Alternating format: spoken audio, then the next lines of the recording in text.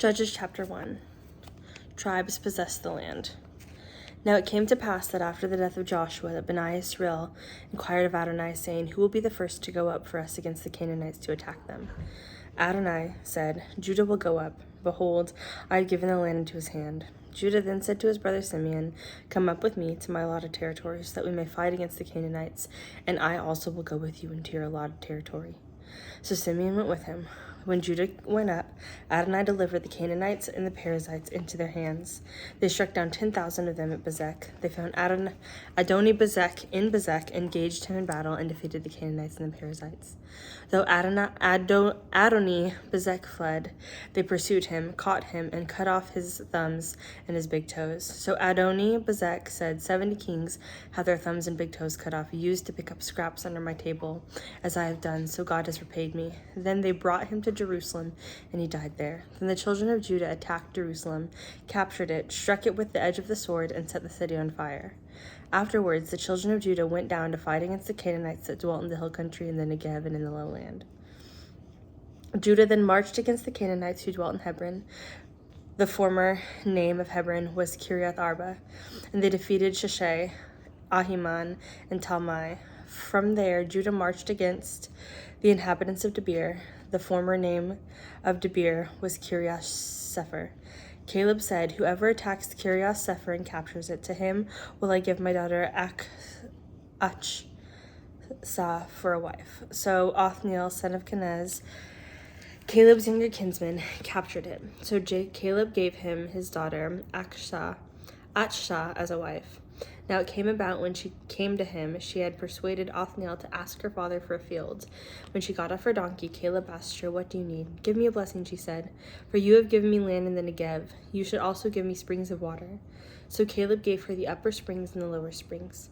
The children of the Kenite, Moses' father-in-law, went up with the children of Judah from the city of palms to the wilderness of Judah, which is in the Negev of Arad.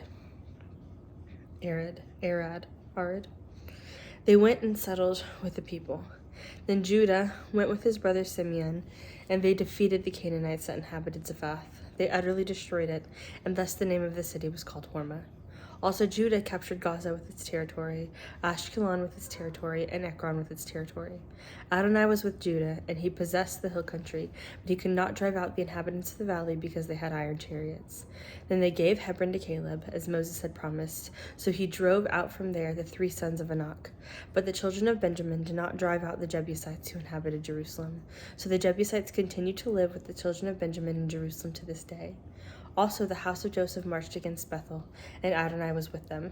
The house of Joseph sent men to spy out Bethel. The former name of the city was Luz. Now the scouts saw a man coming out from the city, and they said to him, Please, show us the entrance into the city, and we will deal kindly with you. So he showed them the entrance into the city, and they struck the city with the edge of the sword, but they let the man go free with all his family. So the man went into the land of the Hittites, built a city, and named it Luz, which is its name until this day. Manasseh, however, did not drive out all the inhabitants of Beth-shean and its villages, or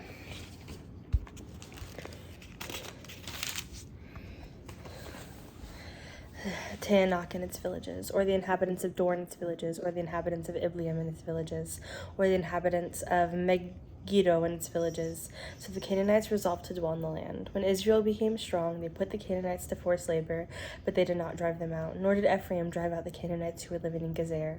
So the Canaanites settled in Gezer among them, nor did Zebulun drive out the inhabitants of Kitron or the inhabitants of Nahalol. So the Canaanites settled among them, but became subject to forced labor. Nor did Asher drive out the inhabitants of Akko or the inhabitants of Zidon, Aklab, Akzib, Helbah, Afik, or Rahab. So the Asherites lived among the Canaanites who were dwelling in the land because they did not drive them out. Nor did Naphtali drive out the inhabitants of Beth Shemesh or the inhabitants of Beth Anath, but lived among the Canaanites dwelling in the land. The inhabitants of Beth Shemesh and Beth Anath became forced labor for them.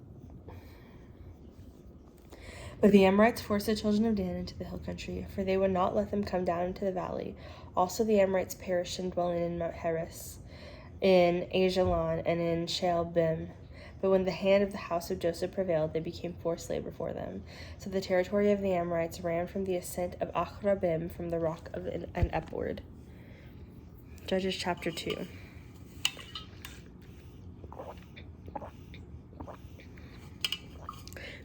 After Joshua, Israel abandons Adonai.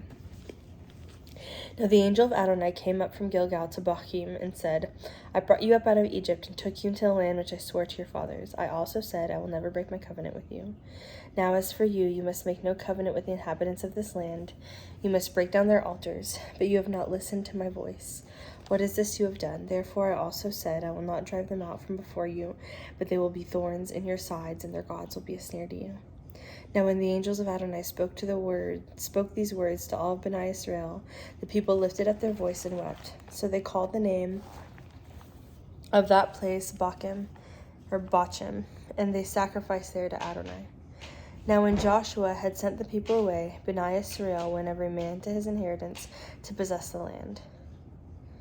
Then the people worshipped Adonai all the days of Joshua and all the days of the elders that outlived Joshua, who had seen the great work of Adonai that he had done for Israel. Then Joshua son of Nun, the servant of Adonai, died at the age of 110 years, and they buried him in the territory of his inheritance in Timnath-Heres, in the hill country of Ephraim, north of Mount Gaash. But when all the generations were gathered to their fathers, there arose another generation after them that did not experience Adonai or the work that he had done for Israel. Then Bnei Israel did what evil in Adonai's eyes, and worshipped the Baalim.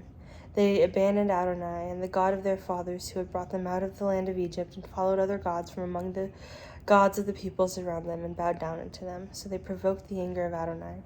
So they forsook Adonai and worshipped Baal and Ashtaroth. So the anger of Adonai burned against Israel, and he gave them over to the hands of the plunderers who plundered them. And he sold them over into the land of their enemies around them, so that they could no longer stand up before their enemies.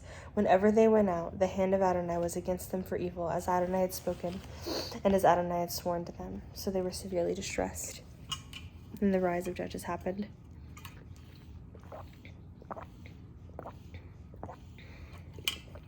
Then Adonai raised up judges who delivered them from the hand of those who plundered them. Yet they listened not to their judges, for they prostituted themselves after other gods, and bowed down to them. They quickly turned aside from the way in which their fathers walked in obeying the commandments of Adonai. They did not do so. Whether Adonai raised judges up for them, Adonai was with the judge and delivered them from the hand of their enemies all the days of the judge. For Adonai was moved to pity by their groaning because of those who oppressed and crushed them. But when the judge died, they would keep turning back and acting more corruptly than their fathers, in following other gods, worshiping them, and bowing down to them. They abandoned none of their practices and stubborn ways. So the anger of Adonai burned against Israel, and he declared, Since this nation has transgressed my covenant, and I commanded their fathers, and had not listened to my voice, I will no longer drive out before them any of the nations that Joshua left when he died, in order to test Israel by them, whether or not they will keep the way of Adonai, to walk in it as their fathers did. So Adonai left those nations without driving them out quickly, though so he had not given them into the hand of Joshua. Judges chapter 3. Now these are the nations that Adonai left to test all Israel who had not experienced any of the wars of Canaan. It was only in order that the generations of Bnei Israel might learn from war. When they had not experienced before, these nations included the 5 Philistine lords and all the Canaanites, Zidonians, and the Hivites living in the hill country of Lebanon, from Mount Baal Hermon to the entrance of Hamath. They were for testing Israel, to know whether they would obey the mitzvah of Adonai, which had commanded their fathers by Moses' hand. But Bnei Israel settled among the Canaanites, the Hittites, the Amorites, the Perizzites, the Hivites, and the Jebusites, and took their daughters for themselves as wives, and their own daughters as theirs to their sons, and worshipped their gods. Bnei Israel did what was evil in Adonai's eyes, forgot Adonai their God, and worshipped the Baalim and Asherahs. So Adonai's anger burned against Israel, and he sold them over to the hand of King Cushan Rishathaim of Adam Naharaim, and Bnei Israel served Cushan Rishathaim for 8 years. Othniel, Ehud, and Shamgar. When Bnei Israel cried out to Adonai, Adonai raised up a deliverer for Bnei Israel to deliver them. Othniel, son of Kenaz, Caleb's younger kinsman. The spirit of Adonai came upon him as he judged Israel. When he went out to war, Adonai gave Cushan Rishathaim of Aram into his hand, so that he had the upper hand over Cushan Rishathaim. Then the land had peace 40 years. When Othniel, son of Kenaz, died, Bani Israel did again what was evil in Adonai's eyes. So Adonai strengthened King Eglon of Moab against Israel, because they had done evil in Adonai's eyes. So he gathered to himself the people of Ammon and Amalek, then went and defeated Israel and took possession of the city of palms. Bani Israel became subject to the king of Eglon of Moab for 18 years.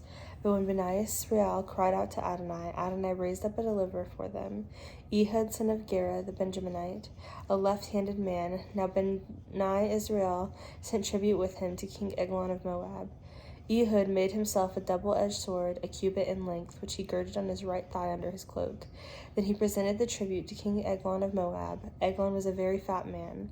Now when Ehud had finished presenting the tribute, he dismissed the people who would carry the tribute.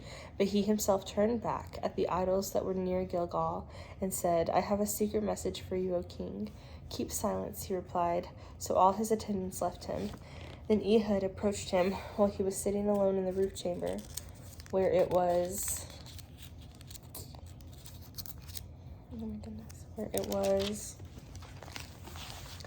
cool, and said, I have a message from God for you. So he arose from his throne.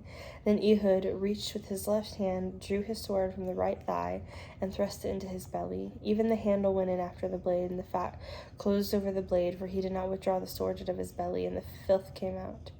Then Ehud went out by the porch, shut the doors of the roof chamber on him, and locked them. After he had gone out, his couriers came and looked, but behold, the doors of the roof chamber were locked. So they said, he is only relieving himself in the cool chamber. So they waited until they were embarrassed, but behold, he still did not open the doors of the roof chamber. So they took the key and opened them, and behold, their master was lying dead on the floor. But Ehud escaped while they were lingering, passed beyond the idols, and escaped to Serah. When they arrived, he blew the shofar in the hill country of Ephraim. So Bani Israel went down with him from the hill country, and he was in front of them. He said to them, Follow me, for Adonai has delivered your enemies and the Moabites into your hand. So they went down after him and seized the fords of the Jordan opposite Moab, and allowed no one to cross over. Then they struck down all that time about 10,000 men of Moab, all stout men of valor, not a man escaped. So Moab was subdued that day under the hand of Israel. Then the land had peace for 80 years.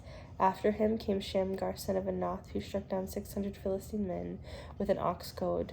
So he delivered Israel.